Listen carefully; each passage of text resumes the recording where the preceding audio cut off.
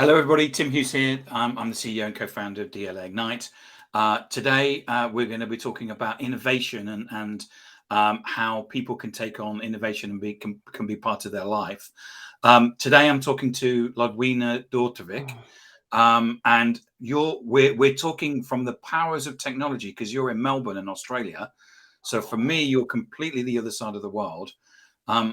Before we get into it, where can people find you? Oh, thank you. LinkedIn is the best place. So just drop my name down and just make sure you send me a message and love to have a chat. Yeah. In terms of your journey to where you are today, you left school at 15. Yeah, I did it. did. Yes. But you left school at 15 and you've been basically an entrepreneur ever since. Tell us your story. Yeah, I'll try and do it in brief. So I initially worked in hospitality industry. So I left school at 15 and then left home at 16 from a little country town called Howlong, just outside of Albury. And I moved to Sydney on my own. I started working in hospitality at the age of 16 and then in Sydney. This was in the 80s. So if anybody, I'm actually in my 50s. So if anyone's trying to do the maths. So in the 80s in Sydney, it was a really exciting time in hospitality, nightlife. It was a lot of fun. And I believe that at that particular time in my life was where I really learned people skills. It's where I gained my chutzpah. I think, to have the kind of gumption that I had to leave home at such a young age, that sort of had to be there as well. Self-confidence, my independence, my ability to sell. I ended up being the highest selling cocktail waitress in Sydney at the time. I used to $2,000 worth of drinks a night and make about 200 or 300 in tips. And that was the environment at the time. So, yeah, that was in the 80s. There was lots of cash flying around. It was very indicative of the times. And Sydney, if anyone knows the place at the time, I worked at the Cauldron for 5 years. All the big celebrities used to come there, and because I wasn't sort of phased by celebrity either, I was put in charge of looking after them all. And so I had a very sort of exciting time. I traveled overseas during that period for about a year as well, when I was about 19, and had very much a similar life over there. And then when in my early 20s, when I met my husband, Harry, so we're now married nearly 30 years this year. So congratulations. It was at that time. Oh, thank you. Yeah, it is quite an achievement in and of itself. I mean, lots of innovation goes into being married for 30 years. Absolutely. Yeah, it does. And we started our family very quickly. And while I had my first child while I was pregnant with Jordan, I was house cleaning, and I used to just put on A4 pieces of paper, 25-year-old pregnant woman looking for house cleaning, $10 an hour, willing to do anything. Within 3 weeks, I was fully booked. I just, printed them off and popped them in letterboxes and went on from there. And then I was able to still do the work after he was born and still able to nurse him. And, so it was kind of, I always say that, if you're willing to stick your hand down someone else's toilet, there's always work. And, and at that time, we had bought our first house and the interest rates were 18%. And, there was a lot of expenses that were going into life at the time. But that's how I started out. And then from there, I started to do book people into marketing focus groups. And this is all pre-internet and pre-digital. And then, and then from there, I after my second child was born, I started doing Jigsaw Toy Factory, which was like a party plan concept for educational games and toy, 17th in sales across Australia in my first year. And it was kind of like, it sort of went on from there. From that time, I then decided I wanted to make a TV show when I was in my late 20s with 2 young kids. I never had any experience in production or TV, but just gathered a bunch of people who were really good at what they did. And I had the vision, and then that unfolded. And that was a really key turning point for me, because I realized at that time where some of my gifts lied, and that was in the vision and having the innovative ideas and the concepts, but also able to pull the right people around me. And I think that was a really important turning point. And then from there. How do you find the right people? Because I know people who pull people around them, and you just know that they're the wrong people. Is that an instinct you have, or what is it? Yeah, look, I think it's very much instinctive, but it's also pulls together in the kind of questioning that I ask them. And I think when you are having conversations with people about what their skill sets are, that's one thing, that's things that they can do. But in terms of working together with someone, it's really about who they are. And if there's somebody that I can imagine sitting across my dinner table with and having a meal with at home, they're usually somebody that I'd like to work with. So there's kind of questioning that happens around that helps me to sort of identify that. So do you want me to go on to the next phase? Yeah. No, please go. Yeah. So from there, I ended up becoming an independent producer for Optus Vision. So they took one look at my first show, which was called Straight Talk. And Straight Talk was a panel type program that I was presenting, where I would interview 18 to 25-year-olds on issues that were relevant to them at that time. Now, think 25 years ago, 20-ish, we were talking about gender, sexuality, mental health, and, politics, a whole lot of conversations that were really quite taboo to talk about at the time.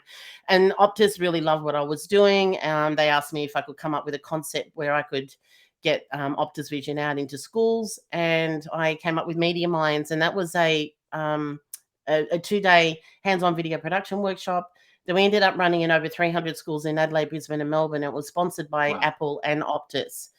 And I like to think I had something to do with Apple getting into schools. And that again was a turning point, because that was kind of pre-internet and pre-digital. So I was sending a 10-page fax to every school to market it. And we were charging $2,000 a school back then. So it was really innovative. And we would teach them how to market it to their local newspapers, because they were being an innovative school for doing this kind of production exercise with their kids. And the kids ended up presenting and producing a 5-minute promotional video of their school that the school then with. And so the whole idea was just we produced a 6-week pre-production kit that the kids were able to then the teachers had all the lesson planning for the kids, so every box was ticked for the curriculum standard framework for media for grade 5, 6. And then digital came in, and I needed a break, and so I then went and started to study. Life coaching was a thing that came into Australia at the time. I started coaching, and then sort of pulled that into my business skills. And then through a coach that I had at the time, he said, look, you've got really great marketing skills. You should think about running a networking event and pulling in clients that way. So then I founded the Red Tent Woman, which was Australia at the time. It would have been Australia's 3rd largest women's events company. And we were running events. It didn't start straight away, but we ended up over a 5-year period running events in 5 states in Australia. And I would pull business clients from those events, and which developed quite a very healthy business advisory consulting practice. And had just this day that we launched in Perth was another pivotal point. That was in 2010 when I was diagnosed with kidney cancer. So I was age 44, and they'd found a 14 centimeter tumor, so it's about the size of my hand, on my kidney. So and did that just bring everything to a grinding halt, or? Pretty much, yeah. Like the idea was, am I going to die within 12 months? If it had spread, that's what would have happened. Or if it hadn't spread, that I would lose the kidney, and then there was a risk that I wouldn't survive the surgery of the removal of the tumor and the kidney. But obviously, I did. And there was a couple of years of recovery. I had to have another surgery the following year, and another surgery the following year. So each year for 3 years, I was having a major surgery. And time. And this is, again, sort of like one of the things I often say, and you and I talked about this in our pre-interview chat, that innovation can really only happen when, I think it can happen when your back is against a wall, when there's it's like and ask yourself some great questions, and you'd be surprised with the answers. And it was at this time where I had put so much work into the Red Tent Woman, and I love the events, and the women love the events. And there'll be even a lot of women listening to this who used to go to them. And, I'd say, well, what can I do to keep my business brand alive that doesn't require me to look good, feel good, or go anywhere? And they were literally, because I was just in bed, for most of the time, needed to keep my brain. I can imagine it completely knocked you out, and it will have done for a couple of years. Yeah, try 10, because the psychological impact of it, I liken it to walking across the road. Life is great, and then all of a sudden you get hit by a bus.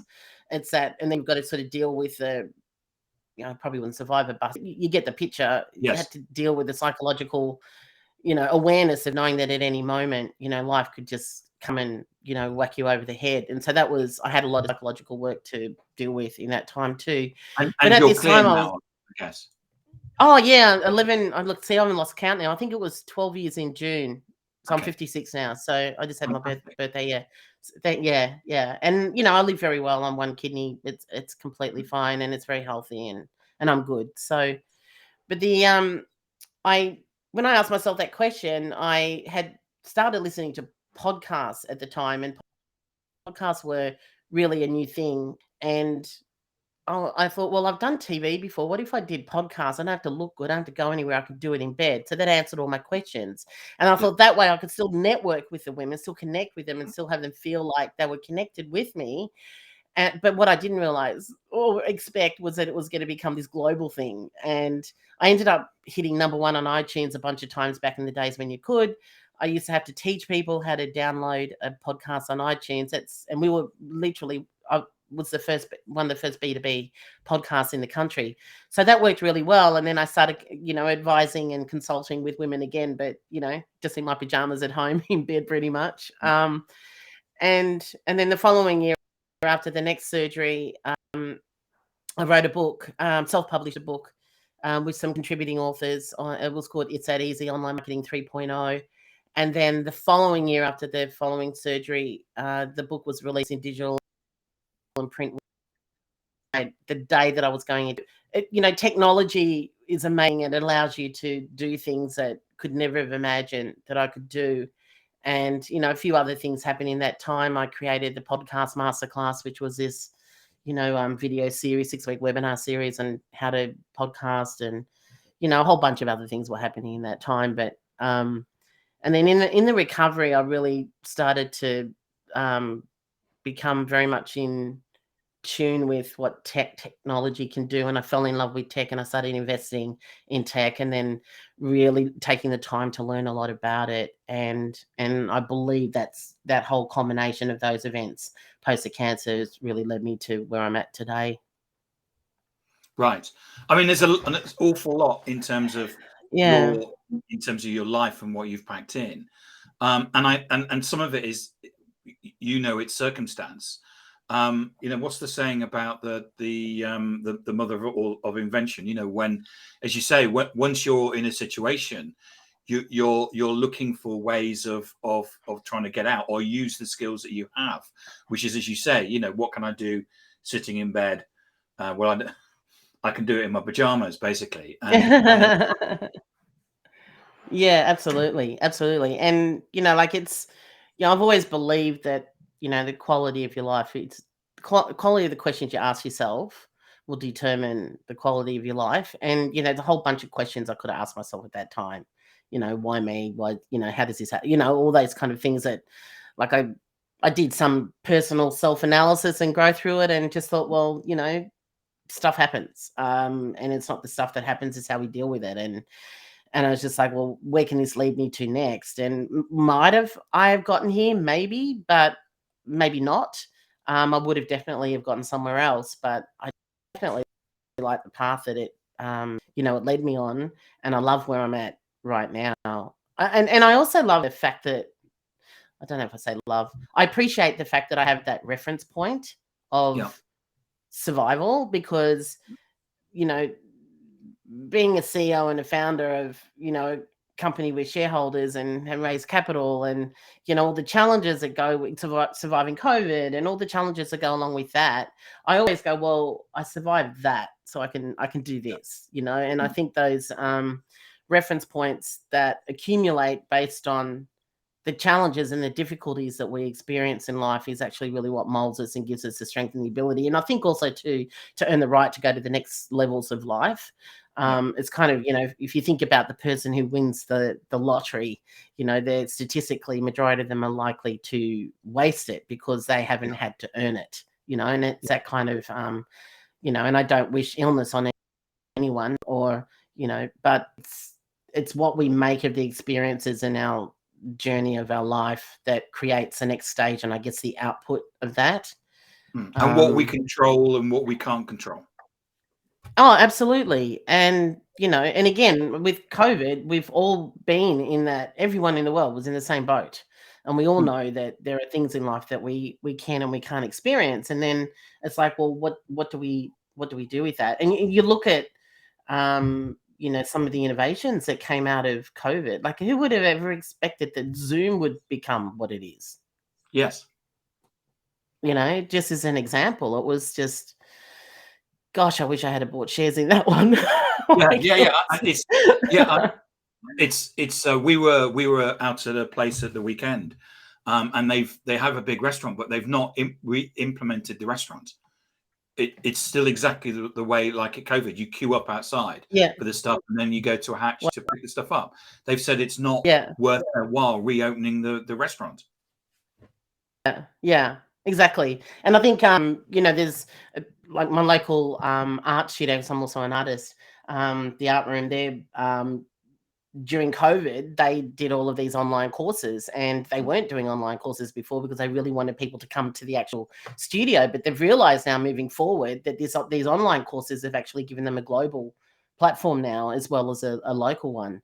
And there's so much that can be adopted. Of course, there's a lot of harm that's come out of, and a lot of pain that, and a lot of social issues and things that we need to deal with. But even with that, and look at what we're doing right now, and founding the RoomXchange 5 years ago, and then sort of sometimes I wonder if I founded it too early, but then we prepared almost. Well, so how did you come up with the idea for the RoomXchange then?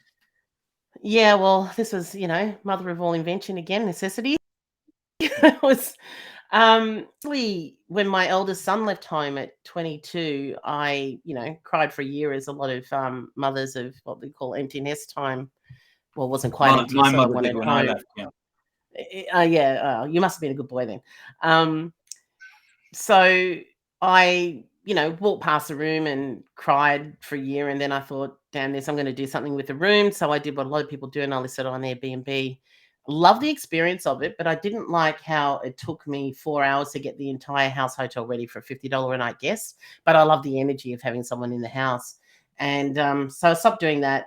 And then my daughter then had a friend who was traveling, came and stayed for a couple of weeks, needed somewhere to stay after that, but didn't have any, very little money. And I said, well, look, why don't you stay with us and help us out a couple of hours a day, and we'll feed and house you. And that's literally how it started. And we lived like that for about 4 years. And then once I heard for the third time that it was a good idea, where can I find someone, these kind of antennas start growing, and it's just like, there's something here. And so I researched it and realized that, there was something there. There was something there. We started it off on a model where people live in your house. Instead of paying rent, they help out a couple of hours a day, and you feed and house them. It was quite niche at the time. We were just sort of getting to scale up stage. COVID hit. I went out and raised $600,000 in our seed round to build it. It was just getting to that stage, and then it's like, bam, everyone's closing their front doors. And what do you do with a house sharing platform when no one's opening up their front doors? So we took that time to analyze and look at the model, reference a lot of conversations that I was having with people from the past about, well, could we do part rent, part help, and decided to implement that model. And we made a lot of assumptions of what the world would be like post-COVID. And one of them was that I had a would be a massive issue in the rental market as well. Obviously, housing was going to be, and obviously the cost of living, and service industries would be down because people wouldn't, weren't letting as many people in, etc. So then we thought, well, if we offer rent, and then we called it rent offset instead of exchanging, which was a language that we had to teach people. So rent offset, or a mix of both. We beefed up the technology, spent some time and money just reworking that and getting that to where it needed to be, to release this new model, new brand, new language, new front end of the website. There was a whole lot of work that went into it, and we relaunched it in April, and we're spot on. We're spot on right now. We are what the world actually needs right now. We'll talk Australia first, but there are 13.5 million unused spare bedrooms in 10 million homes across Australia. That is existing housing stock. It is housing stock that does not have to be built. It's an instant solution to a crisis that's happening right now. There are hundreds of people turning up to rental inspections, but only one can get it. There are rents that are rising because of interest rate rises. I'm both a landlord and a tenant. I get both sides of it. I self-manage our property. This year we made a decision not to put the rent up because I know, they're young blokes in their late 20s. I've got kids that age.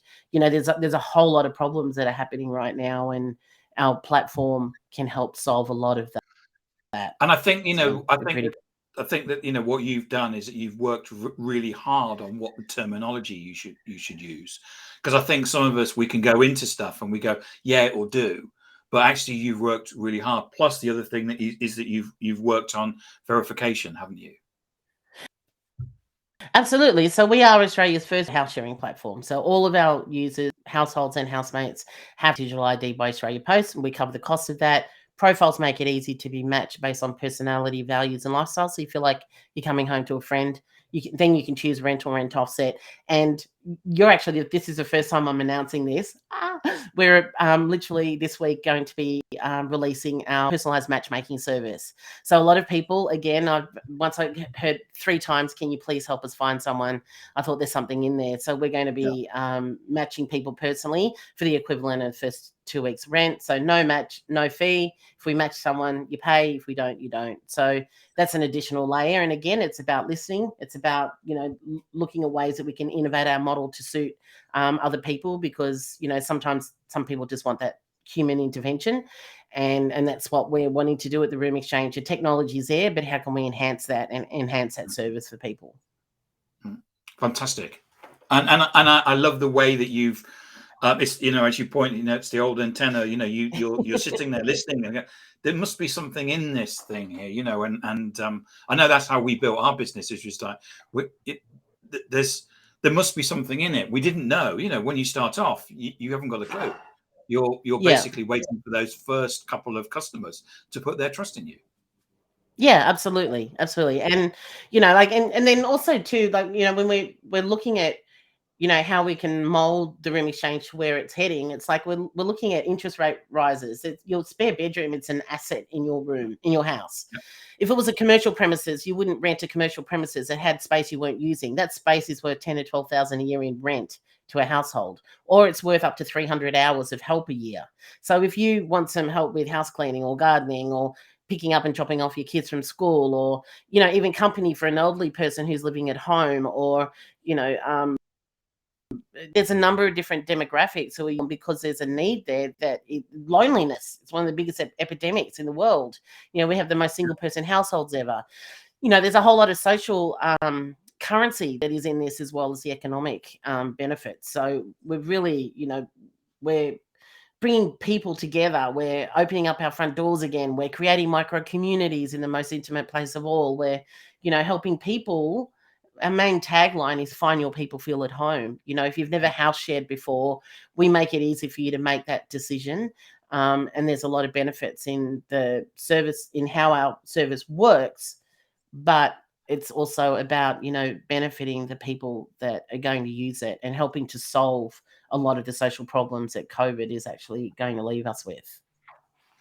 Ludwina, thank you so much for coming on today and talking about your story. I mean, it's so fascinating how you've done so many things over your lifetime, but a lot of some of it you kind of fell into, or other things you basically have started things from scratch. I mean, the RoomXchange, for example, is, you've heard that there's a requirement and you've actually built a company, borrowed money, and done that. It's just fascinating. Thank you so much.